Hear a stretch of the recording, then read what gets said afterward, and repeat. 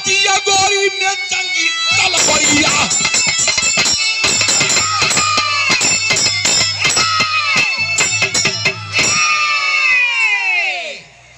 वीर के बजिया गोरी में नंगी तलवरिया, फिकरिया रही रही बेदे मंजरी।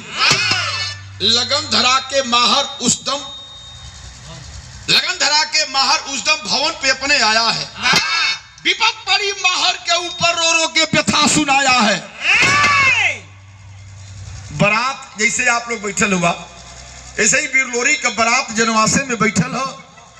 नवनिया भल भइल दुल्हन मंजरी के लिया के अंगने में बैठा दिहलस। वही समय बाबू लोगन कौनो मुखबिर जाके सूचना दे दहला, खबर लगल राजा मोलागित के।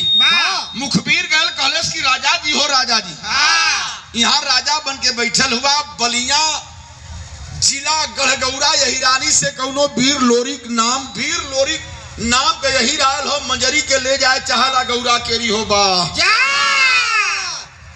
खींच लिया तलवार म्यान से, रे लोरी तो हमार पुरान दुश्मन हुआ, हमारे नगरी में चढ़ के आ गया, जिंदा जाए न पावे। 1200 सैनिकन के लेके आयल, पूरा गाँव घेरवा लिहलस। राजा मोलागित आंगने में पहुंचल जहां मंजरी बैठल हो। मंजरी का कलाई पकड़ के कलश की यहाँ काम उसकी जात हो। चला किला में नोखे का जवानी लेके तू यहाँ बैठल हो टूटल फूटल झोपड़ी में, तू चला।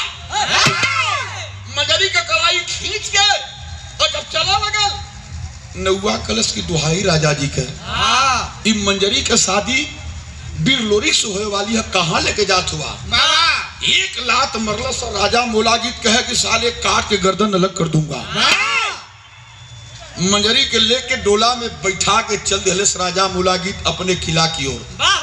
और एक खबर के जब वीर लोरी सुनल, कहना अरे बाप रे बाप, जौने लड़की से ब्याह करे बदे अली सरवार राजा मोलागित खींच के लेके चल दिहलस, तई जवानी कौने काम आई, मर्दन का जवानी कौने काम आई। वीर लोरी कहना कि सर पर मऊर बांध के अली, बिना दुल्हन के ले ले घरे जाओ तो गांव नगरी के लोग कहिए का हो दुल्हनिया कहा, का जवाब दी।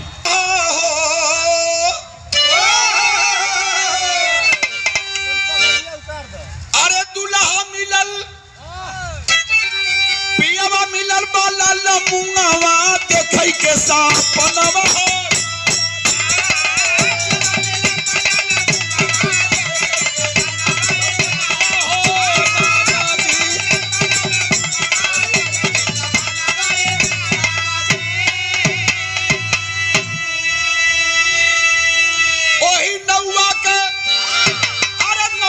सुन के बयानवा तो चलल पहलवानवा हो बीतावा।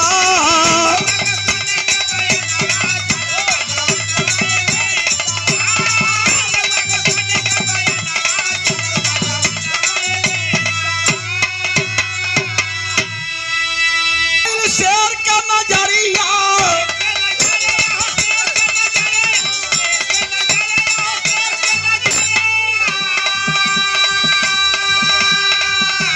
हथवा में ले मंगी तलवारिया,